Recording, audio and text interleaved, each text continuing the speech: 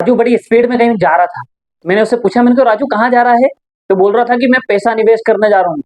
बोले लोग बहुत पैसा कमा रहे इन्वेस्टमेंट करके, लोग करोड़पति और अरबपति हो गए, मैं भी बड़ा आदमी बनूंगा, मैं पैसा निवेश करने जा रहा हूँ।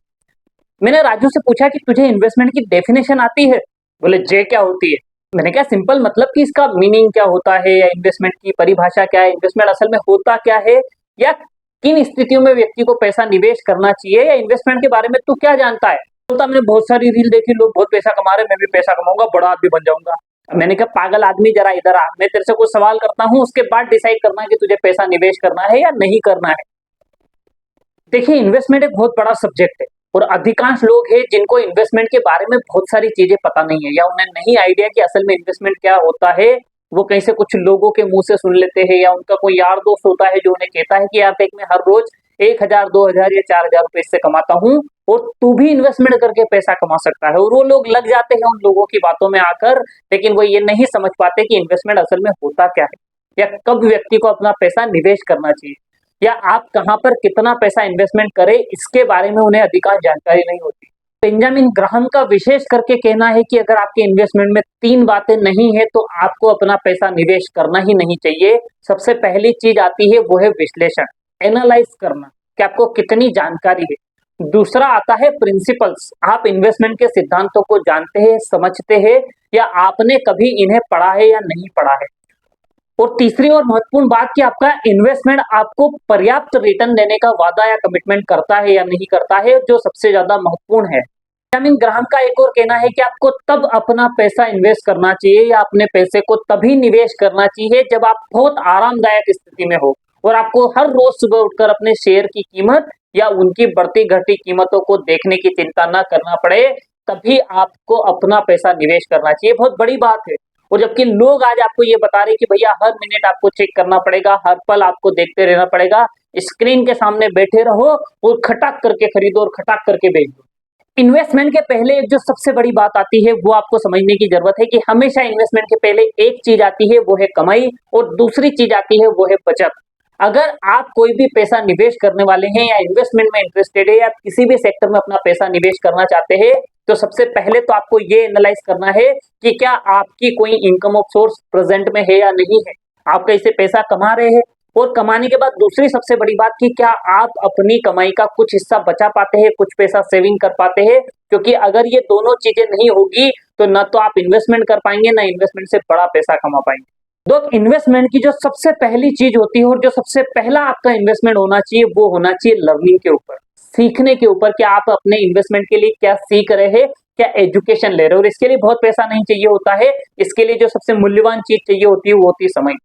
क्या आप समय निकालकर निवेश, investment, shares market, mutual fund, इन सब चीजों के बारे में क्या सीखने को तैयार है, लर्निंग लेने को तैयार है? ये आपका सबसे पहला इन्वेस्टमेंट होना चाहिए। और अगर आपने ये नहीं किया, जो सबसे बड़ी बात है इन्वेस्टमेंट की, कि आप लोग इन्वेस्टमेंट को पढ़कर और समझकर करते हैं, वो अपने लिए पैसा बनाते हैं। जो लोग इन्वेस्टमेंट को पढ़कर, समझकर और सीख कर करते हैं, वो अपने लिए पैसा कमाते हैं। और जो लोग इन्वेस्टमेंट को बिना सीखे करते हैं, वो अपने ब्रोकर के लिए पैसा कमाते हैं, अपने एजेंट के लिए पैसा कमाते हैं।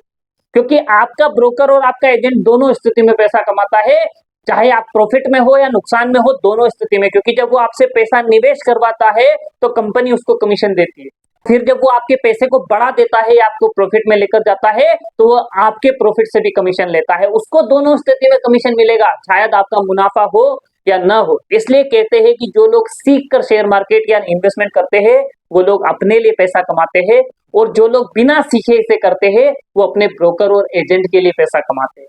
आज अधिकांश लोग इसलिए इन्वेस्टमेंट की तरफ झुकाव रखते हैं कि ये बड़ा इजी हो गया है, इतने सारे एप्लीकेशंस आ गए, इतने सारे प्लेटफॉर्म आ गए जो फ्री में आपके डीमेट अकाउंट खोल देते हैं और बड़ी आसानी से आप अपना पैसा निवेश कर सकते हैं। लेकिन दोस्त, किसी चीज का आसान हो जाना ये नहीं तय करता कि वो सही है। कोई चीज आसान हो गई इसका ये मतलब थोड़ी कि वो सही है, या आसान हो गई है तो आप गलत डिसीजन ले ले। आसान होना किसी चीज का बेहतर है, लेकिन सीखकर समझकर किसी चीज को करना अलग बात होती है।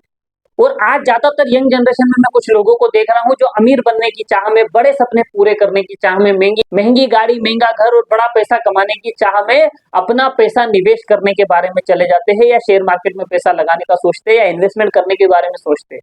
जबकि हकीकत यह है कि प्रेजेंट में उनकी कोई कमाई नहीं हो रही होती, मुझे ही बहुत सारे लोग फोन लगाते हैं कि भाई मुझे 10,000 रुपए दे दे, मैं इन्वेस्टमेंट शुरू करना चाहता हूँ।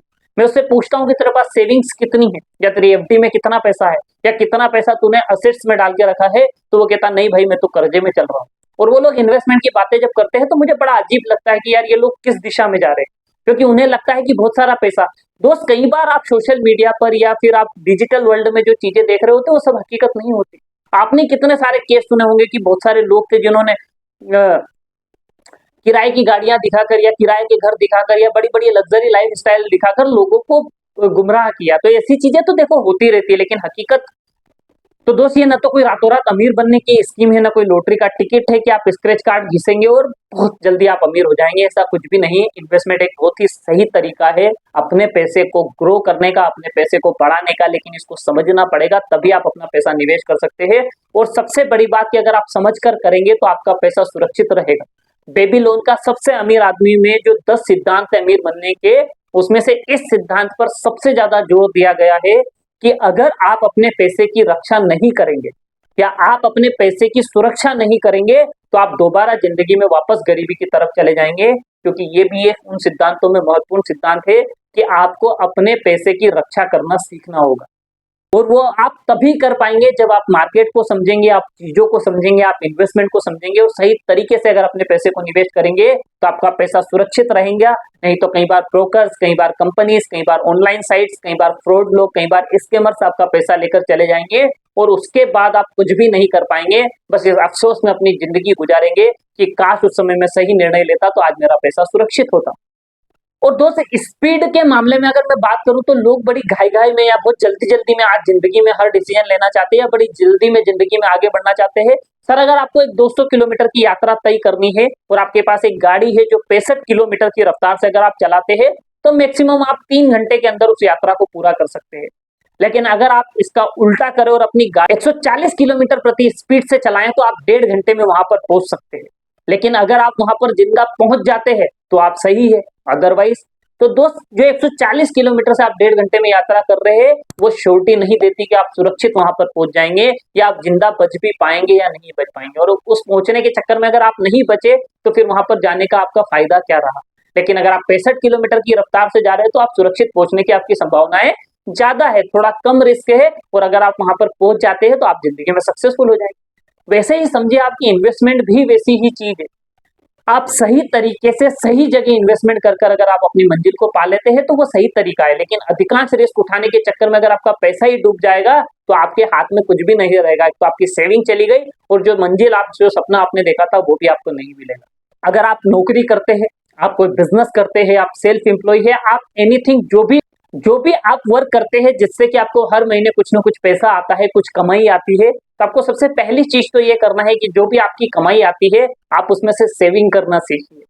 और पैसे बचाना ही पैसे कमाने का पहला थंब रूल होता है। कई सारे लोग बचत का विरोध करते हैं कि यार कितना ही बचा के बचा लेंगे, लेकिन पैसे कमाने का जो पहला उसूल है, पहला सिद्धांत है, पहला रहस्य है, वो यही है कि आप पैसा बचा कितना पाते हैं।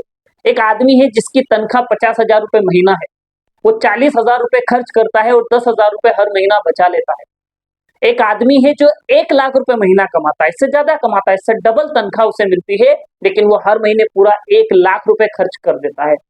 अगर आप 1 साल बाद मैं आपसे पूछूंगा कि इन दोनों में से कौन अमीर आदमी है, कौन ज्यादा पैसे वाला है, कौन फाइनेंशियली ज्यादा स्ट्रोंग है, तो ज्यादातर लोग ये कहेंगे कि भैया जो 1 लाख रुपए महीना कमा रहा हो। लेकिन वो 1 लाख रुपए महीना जो आदमी कमा रहा है वो हर महीने 1 लाख रुपए खर्च कर देता है। और इसकी वजह से 12 महीने के बाद उसके बाद पैसे या सेविंग में क्या बचा? कुछ भी नहीं बचा। लेकिन जो आदमी 50,000 रुपए महीना कमा रहा था वो 10,000 रुपए हर महीने बचा रहा है। आज साल भर बाद उसके अकाउंट में 1,20,000 रुपए की सेविंग है, उसके पास 1,20,000 रुपए है। तो अगर आप आज की तारीख में दोनों का कैलकुलेशन निकालेंगे तो मेरे हिसाब से वो आदमी अमीर कहलाएगा जो 50,000 रुपए महीना कमाता है, क्योंकि उसके पास 1,20,000 रुपए की बचत है और 1 लाख वाले के पास 0 है। तो पैसा कमाने का और अमीरी की दिशा में जो पहला थंब रूल होता है वो होता है कि आप कितना पैसा बचा पाते। तो सबसे पहले बचत का विरोध करना बंद कीजिए और पैसा बचाना शुरू करिए।